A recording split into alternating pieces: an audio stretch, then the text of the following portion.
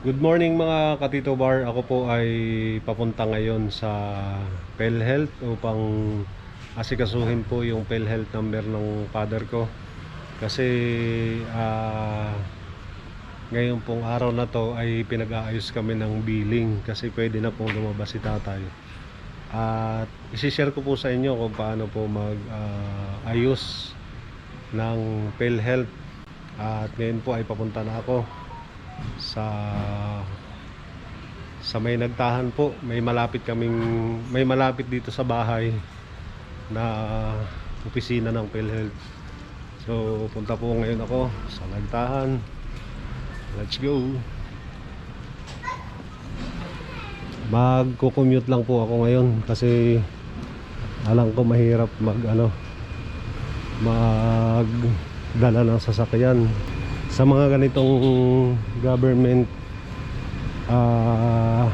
office. Minsan walang parking, mahihirapan ka, kaya malapit lang naman yon, isang sakay lang dito sa bahay, kaya lalakarin ko na lang po muna dito sa may sakayan at magko-commute lang tayo. Okay, update ko po kayo pagka nandun ako sa PhilHealth. Dito tayo sa may Old Santa Mesa. At dito po ako mag-aantay ng biyaheng Malacanang. Doon kasi banda yung PhilHealth. So mag-aantay ako ng galing doon na jeep.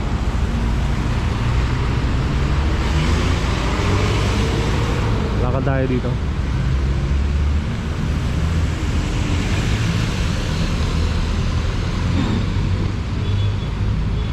Ito po yung lugar ng Santa Mesa. Dito ako mag-aabang.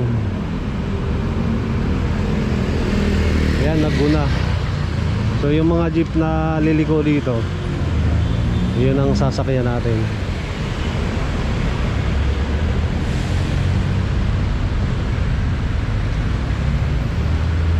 Ayan, ito.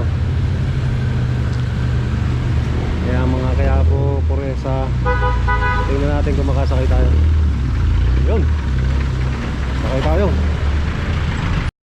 Tanong natin kay Kuya kung dadaan to ng PhilHealth. Kuya, dadaan to ng PhilHealth? Lakarin na lang magkakaroon ng tao kasi sarado dito ulit. Pero malapit na rin ako doon, ano? So ito po, bayad ko.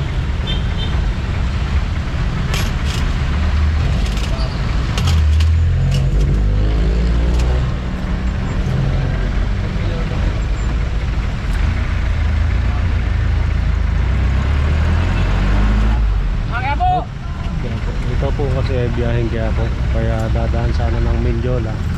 Kaso sarado yung Mindiola, kaya maglalakad ako doon. So ang base fare po ngayon ay 13 pesos. Ito, may sukli pa akong shipping. Okay.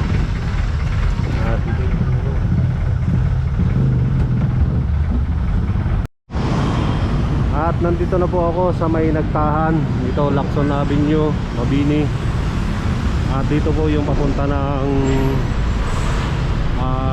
PhilHealth. Dito raw po sa may green na salamin na to. At dito naman yung papunta ng Malacanang. Ayan, Jars Building.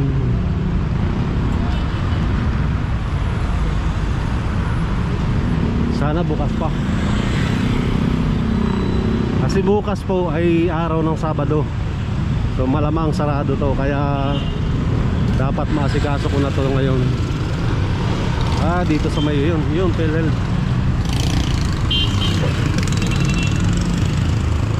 So tatawid ako dito para doon ako pumasok sa PhilHealth ngayon, sa may guard.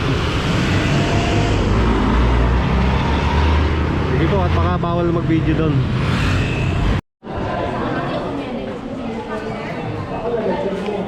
At nandito na tayo mga Katito Bar sa PhilHealth. At ang una mo po palang gagawin dito para halimbawa ikaw yung nakapangalan na mag-aayos, ikaw yung binigyan ng authorization, kailangan mo lang magpa-xerox ng ID mo, tapos magpagawa ng authorization. Kagaya itong ginawa po, itong ginawa namin, pinasa na doon sa information. So gumawa ako ng authorization, pinapirma ko yung tatay ko, tapos ang ipapasa dito yung form na pinilapan na ito yung record ni tatay, tapos ID niyang senior ni tatay, tapos ID ko, ito yung authorization. So yun lang po. Tapos hihintayin ko na yung tawagin yung number ko doon bago ako pumunta sa mga counter na to. So i-update ko po kayo kung anong susunod kong gagawin. Ito po kasi ay mag-aayos na kami ng billing ng tatay ko, dahil ilang araw din po siyang nakakonfine sa hospital. Kaya malaking tulong din po yung may ano tayo, may PhilHealth. Hindi ka man senior, halimbawa nagkasakit ka at kailangan mong mag-ayos ng PhilHealth, malaking bagay po yung maliles sa billing kung may PhilHealth tayo. So yun lang po yung gagawin. At bukod sa PhilHealth, kung may mga iba ka pang lalapitan, ay iba namang ano yon, ibang case, kumbaga ibang pag-ayos na naman. So ang ayusin natin ngayon ay itong PhilHealth muna. Okay. At yan po mga Tito Bar, na ayos ko na yung PhilHealth number ni tatay. At ako po ay diretso na ulit doon sa ospital. Tapos naghulog na rin ako ng PhilHealth ko dahil hindi ko na-update yung PhilHealth ko. Kaya double purpose yung pagpunta natin dito. So, wala na din po yung account ko o yung PhilHealth number ko. Kaya wala namang problema, mag-request lang tayo ng bago. At ang monthly contribution po pala natin ay 500. Yun pala yung yun yung pinakang minimum kung ikaw ay self kumbaga kung self-employed ka, kung maghuhulog ka ng sarili mo, 500 po yung dapat nating i-contribute monthly. Yun, monthly. So kung hindi ka nakapaghulog at nagkaroon ka ng, halimbawa nagkasakit ka, at gagamitin mo yung PhilHealth mo, so may i-contribute ka. Kumbaga yung mga hindi mo nahulugan ay pupunuan mo para ma-avail mo yung discount sa PhilHealth. So yun lang po. At ako ay dun pa sasakay sa may kabilang pagkatawid ng Nagtahan Bridge na to, kasi wala ditong dumaraan na biyaheng Cubao. So dun po kasi yung way ng ano natin, pupuntahang hospital. So update ko po kayo kung magkano yung mababawas sa billing ng aking father kung gamitan natin ang PhilHealth. Ayan, at nandito na tayo sa may Save More, dito sa may Nagtahan. Doon pa yung lalakarin ko.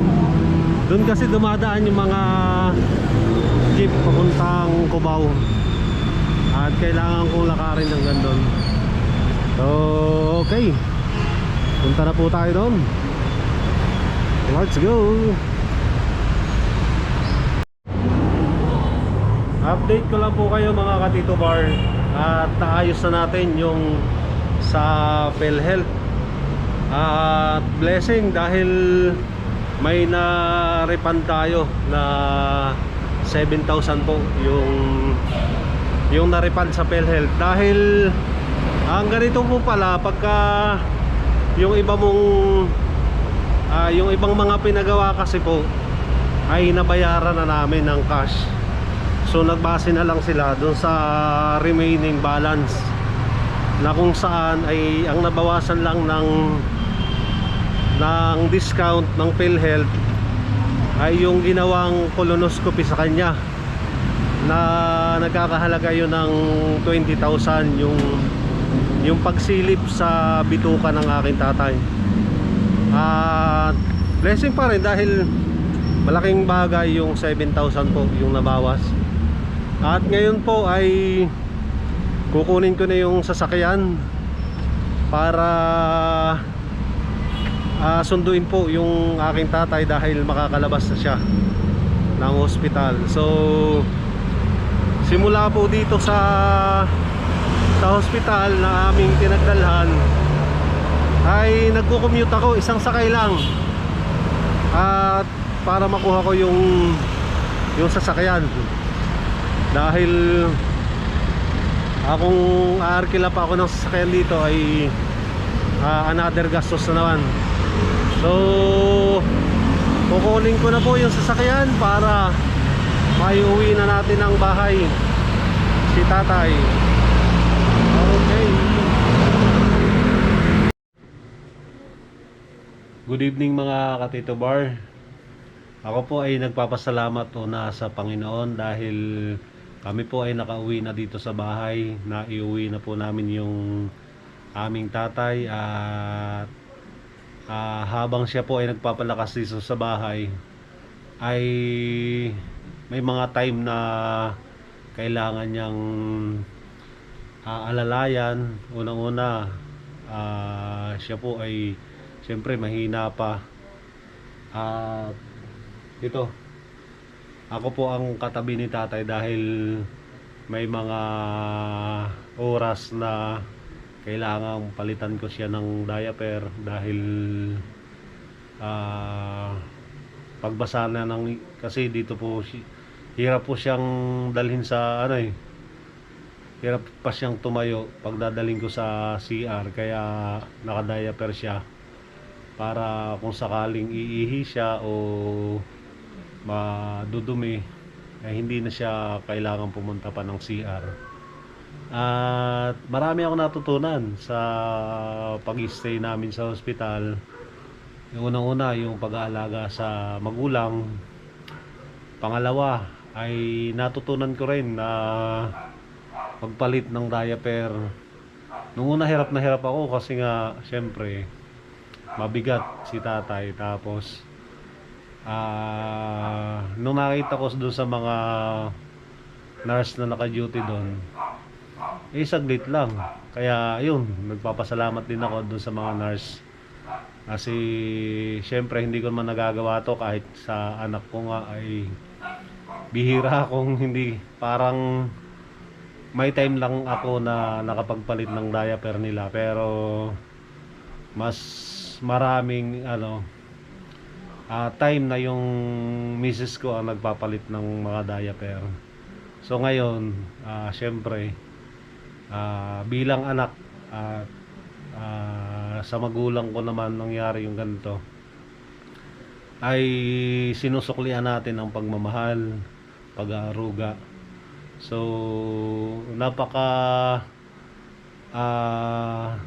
sarap na yung binabalik nating pagmamahal.